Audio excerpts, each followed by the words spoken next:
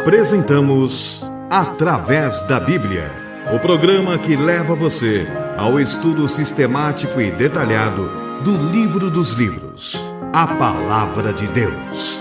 Estes estudos são de autoria do Dr. J. Vernon Magui e apresentados pelo pastor e professor Itamir Neves.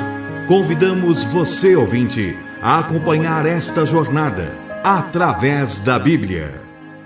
Olá, amigo, seja bem-vindo ao nosso convívio. Estamos iniciando mais um programa da série Através da Bíblia e com muita alegria te saudamos em nome de Jesus.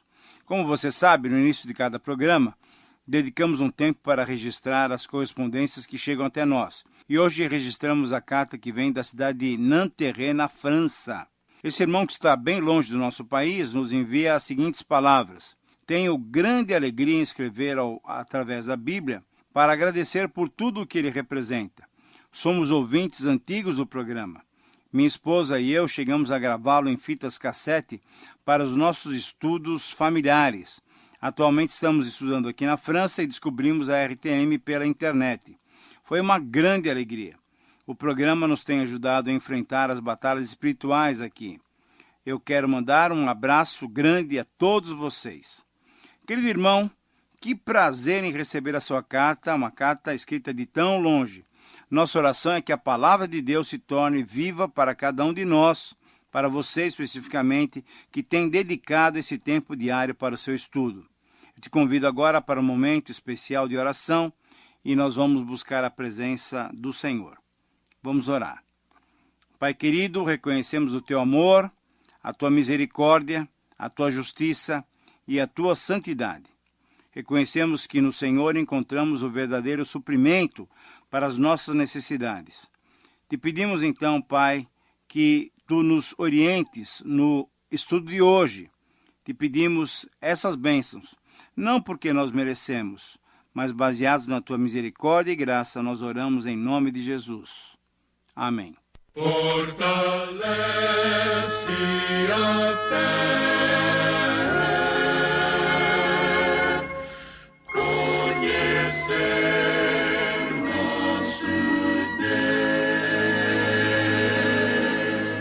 Querido amigo, você sabe que temos estudado a vida de Abraão, o patriarca hebreu, que deu origem ao povo de Israel. Esse homem, como nós temos visto, era um homem como nós, sujeito aos mesmos sentimentos, sujeito às mesmas atitudes, sujeito aos mesmos acertos e às mesmas falhas que nós também temos, que nós também somos sujeitos. Mas dentro desse quadro encontramos o seu nome no capítulo 11 de Hebreus, considerado por muitos como o capítulo dos heróis da fé. É isso mesmo. Um homem como esse é um herói da fé. E sabe o que isso tem a ver conosco? Esse fato indica que você e eu também podemos ser considerados heróis da fé. É isso mesmo. O mesmo Deus de Abraão é o nosso Deus. Nós falhamos, mas também acertamos em nossa jornada de vida cristã. Então, assim como Abraão, você pode se considerar um herói da fé. É claro, desde que deposite toda a confiança no Senhor e desde que viva pela fé nas promessas divinas. Exatamente. Esse é o requisito para sermos como Abraão. Andar e viver pela fé. Eis aí o grande desafio de Deus para cada um de nós. Que Ele mesmo possa nos capacitar a andar dessa maneira para a glória do seu próprio nome. Que seja essa a nossa oração. Agora vamos para o capítulo 18. A nossa tarefa é olhar todo esse capítulo e nós podemos fazer isso dividindo-o em 3 partes. Primeiramente, nos versículos 1 a 15, temos o relato da visita do Senhor e de anjos a Abraão. Nos versículos 16 a 21, temos o relato do anúncio da destruição, olha só, destruição das cidades de Gomorra e de Sodoma e de Gomorra. E aí, no finalzinho, nos versículos 22 a 33, temos a insistente intercessão de Abraão pelos moradores de Sodoma e de Gomorra. Então, vamos analisar cada um desses trechos.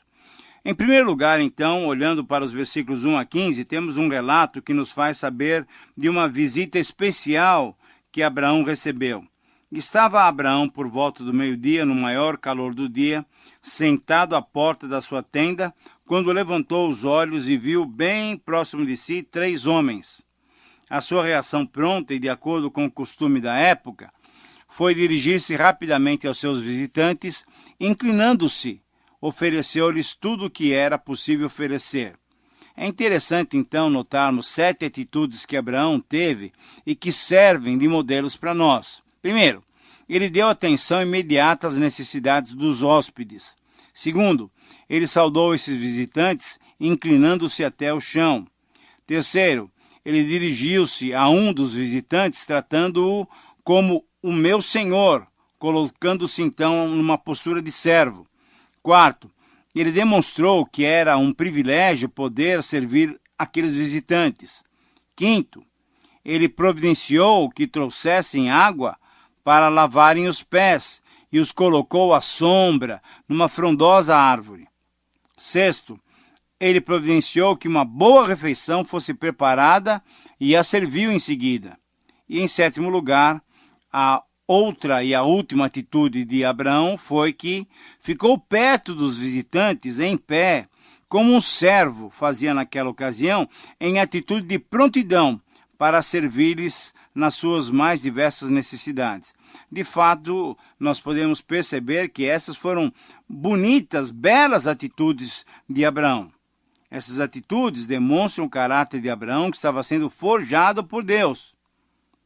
A implicação para nós é que nós devemos seguir esse exemplo de cortesia e de gentileza, que possamos seguir, que possamos ter esse mesmo padrão quando recebermos em casa os nossos irmãos, os nossos convidados.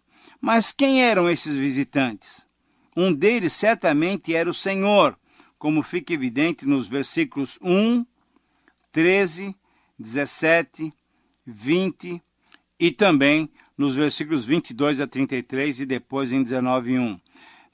Todos esses versículos mostram que os outros 2 eram anjos, eram mensageiros divinos, e aquele ser diferente era o Senhor. É aquela chamada teofania que nós já dissemos em programas anteriores. Mas qual era o propósito dessa visita? Quando nós comparamos o relato do último capítulo 17 com as palavras ditas pelos visitantes nos versículos 9 até 15, vemos que essa visita tinha a finalidade de despertar e consolidar a fé de Sara, que seria participante ativa da promessa que deveria ser cumprida, que seria cumprida.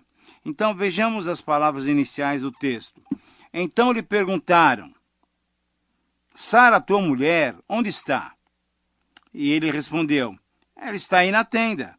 Então disse um deles: certamente voltarei a ti daqui a 1 ano, e Sara, tua mulher, dará luz a um filho. E Sara, que o estava escutando à porta da tenda, atrás dele, você consegue perceber, amigo, que essa atenção agora, o foco é na pessoa de Sara. Não é mais Abraão, o foco mudou. A atenção agora é para Sara. Ela necessitava ser encorajada, ser estimulada na sua fé. Não é bom sabermos que quando vacilamos em nossa fé, o próprio Senhor vem ao nosso encontro para nos encorajar e para nos estimular? Sara precisava exatamente disso, de uma palavra dirigida diretamente a ela. Mas a reação de Sara demonstrava que ela ainda não cria na promessa. Depois de rir da palavra divina, a sua pergunta interior foi a seguinte: depois de velha, e velho também o meu Senhor, terei ainda prazer? Sobre esse evento é necessário fazermos alguns esclarecimentos. Sara riu demonstrando incredulidade ou sorriu de alegria pela promessa que estava sendo reforçada? Alguns estudiosos, eles entendem que esse sorriso foi de alegria pela palavra divina que dali a 1 ano ela daria luz a um filho. Sara ficou feliz por essa palavra, por essa promessa, e por isso sorriu de contentamento. Essa é uma possibilidade, essa é uma opinião. Mas outros entendem que Sara continuou demonstrando a mesma incredulidade que ficou evidenciada quando ela ofereceu Agar a Abraão. E assim, o seu sorriso nessa ocasião foi também uma expressão de incredulidade. Eu creio mais nessa segunda alternativa, nessa segunda hipótese. Por quê? Porque a palavra do anjo, no versículo 14, é muito significativa. Eu tomo essa posição porque o anjo disse assim para Sara: acaso para o Senhor há coisa demasiadamente difícil? Você percebe que ele está desafiando a Sara a ter mais fé, mais convicção? Mas um outro detalhe ainda mais intrincado é o seguinte: a frase terei ainda prazer, como é que nós podemos entender essa colocação de Sara? Um dos comentaristas entende que Sara expressou uma frase sensual, demonstrando que o sexo no casamento deve ser algo que, além da procriação, deve proporcionar alegria e prazer para os cônjuges. Mas, eles sendo já idosos, teria Sara esse prazer ainda? Outros comentaristas, entretanto, traduzem a frase da seguinte maneira: terei ainda esse prazer, entendendo que o prazer que ela se referia era esta boa notícia de que dali a um ano ela seria mãe? Qual é a sua opinião? É um trecho delicado, muito delicado. Mas por isso mesmo, então, é que necessitamos de um estudo cada vez mais profundo da palavra de Deus. Sem negar a verdade sobre o papel do sexo no casamento, isto é, que ele deve proporcionar prazer aos cônjuges, tenho para mim que Sara, ainda não crendo na promessa divina, expressou a seguinte ideia: como depois de velha, e de Abraão também sendo velho, terei esse prazer de dar à luz a um filho? Será que isso é possível? Na verdade, querido amigo, o que podemos perceber é uma luta interna de Sara contra as evidências concretas. Ela tinha 89 anos e Abraão tinha 99 anos. Sob o olhar humano, eles não tinham condições de gerar um filho. Exatamente sobre isso que Paulo escreve sobre Abraão, que, ao contrário de Sara, Abraão creu. Em Romanos 4, 18 a 21, nós lemos o seguinte: esperando contra a esperança, e sem enfraquecer na fé, embora levasse em conta o seu próprio corpo amortecido, não duvidou por incredulidade da promessa de Deus, mas pela fé se fortaleceu, dando glória a Deus, estando plenamente convicto de que ele era poderoso para cumprir o que prometera. Então Abraão cria firmemente que Deus poderia lhe dar um filho com Sara, enquanto ela mesma não tinha chegado a esse nível, a essa convicção plena de fé. Abraão cria firmemente que Deus poderia lhe dar um filho. Sara ainda não cria da mesma maneira. Mas ainda uma última observação deve ser feita, e ela se refere à mentira que Sara pronunciou, que Sara contou, de uma maneira deliberada, quando o anjo perguntou a Abraão por que ela tinha sorrido, e ela desdisse, negando o fato. Essa é mais uma prova de que Sara ainda não estava no nível de fé de Abraão. Você percebe, querido amigo, que Sara tinha que ter essa confiança restabelecida, encorajada, acertada, essa mesma confiança que Abraão já possuía? Sara deveria crer tanto quanto Abraão, pois dali a um ano a promessa se cumpriria, a promessa seria concretizada. Então fica claro, percebemos que para estimular e consolidar a fé de Sara é que os anjos foram enviados nessa missão. Mas se nós quisermos olhar profundamente o texto, podemos agora lançar os nossos olhos para os versículos seguintes, e nós vamos ver nessa última parte do texto e do programa que temos os versículos 16 a 21, detalhes de um anúncio de Deus sobre a destruição de Sodoma e Gomorra. Na verdade, então, a missão dos anjos foi encorajar e estimular a fé de Sara, mas também trazer essa palavra de condenação, de destruição contra Sodoma e Gomorra. Esse é um episódio triste. É um episódio triste. Por um lado, ele é triste e é delicado diante daquela situação já vivida no dilúvio. Se você se recorda, naquela situação, Deus tinha prometido não terminar mais com a vida humana com águas. Mas aqui temos uma outra predição de destruição muito mais séria. Mas vamos aos detalhes. Os anjos nessa visita tinham uma missão dupla. Logicamente, encorajar a fé de Sara, que nós já mencionamos, mas verificar a situação de Sodoma e Gomorra para uma possível destruição. Depois da ministração para Abraão e para Sara, os visitantes, até certo ponto acompanhados por Abraão, foram em direção às duas cidades. Nesse momento, o Senhor mesmo começou a questionar-se se deveria esconder os seus planos de Abraão. Afinal, para Deus, Abraão tinha certos requisitos dados por ele mesmo que deveriam ser considerados. Vejam só, Abraão viria a ser uma grande e poderosa nação. Abraão seria o instrumento pelo qual todas as nações da terra seriam abençoadas. E em terceiro lugar, Abraão tinha sido escolhido pelo próprio Deus para que ele, Abraão e seus descendentes guardassem o caminho do Senhor e praticassem a justiça e o juízo. Ora, diante disso, os planos divinos não deveriam ser ocultados ou omitidos a Abraão, que certamente já era considerado amigo de Deus, conforme lemos depois em Isaías 41, versículo 8. E os planos divinos começaram a ser revelados ao patriarca.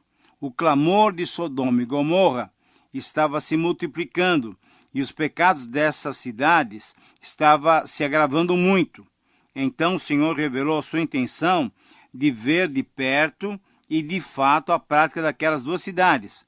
Essa expressão, o clamor de Sodoma e Gomorra tem se multiplicado, deve ser entendido como brado contra elas, ou ainda, o mal gritante no lugar chegou até os céus. Isso porque todos os clamores de injustiça chamam a atenção de Deus, o juiz de toda a terra, como ele é chamado também no versículo 25. Mas por que aconteceria essa destruição?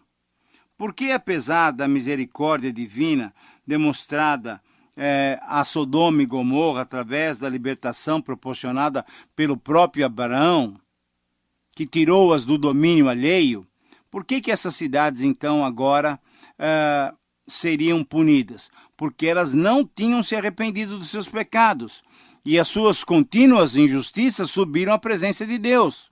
Por isso, querido amigo, por serem injustas, os maus atos e os pecados de Sodoma e Gomorra, chegando à presença de Deus, o levaram a estabelecer um juízo. Elas ultrapassaram os limites da misericórdia divina. Deus, que é o juiz de toda a terra, veio para julgar aqueles povos. É uma situação triste. Eu sei que você também está penalizado com essa situação. Mesmo diante de tanta misericórdia, mesmo diante de tanta libertação, mesmo diante de tanta intervenção, de uma intervenção direta de Deus através de Abraão, libertando essas cidades do jugo opressor de 14 anos, essas cidades não se arrependeram e continuaram pecando diante do Senhor. Esse é um aspecto triste desse episódio. A triste condição do ser humano pecador não arrependido. Um dia, tudo é julgado, tudo é colocado diante do Senhor. E a palavra de Deus diz, dura coisa é cair nas mãos do Deus vivo, porque Deus é fogo consumidor. Palavras ditas pelo autor de Hebreus, no capítulo 12, versículo 29.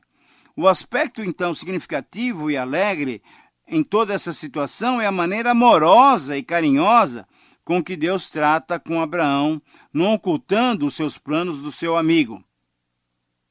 Na verdade, você pode perceber aí, e por isso é que nós temos alegria e contentamento, mesmo num relato tão difícil como esse, podemos perceber que é uma grande bênção termos um Deus assim, que se faz nosso amigo, que não quer esconder nada de nós, que revela os seus planos para nós. Glória, pois, ao nome do Senhor. E agora, nos versículos 22 a 33, temos um dos relatos mais impressionantes de toda a Bíblia, demonstrando que podemos estar abertos e nos relacionar com respeito, mas com total liberdade também com o nosso Deus. Então nós vamos confirmar essas atitudes nos salmos que nos revelam que os salmistas, rasgando seus corações, se abriram diante do Senhor. Mas aqui temos um exemplo maravilhoso de como Deus atende às nossas orações, quando a nossa motivação é a própria glória do seu nome, é a glória dele mesmo. Então vamos detalhadamente verificar esses fatos. Depois que os anjos foram para as duas cidades para ver o que lá acontecia, Abrão ficou ainda na presença do Senhor. Esse é um detalhe importante que deve ser ressaltado, que deve ser considerado. Necessitamos estar constantemente na presença de Deus. Quando buscamos assim, ele se deixa achar. Você se lembra de Isaías 55:6? Buscai o Senhor enquanto se pode achar, e invocai-o enquanto está perto. Você se lembra do versículo? Pois bem, Abraão inicia uma intercessão e um processo de argumentação que é único em toda a Bíblia.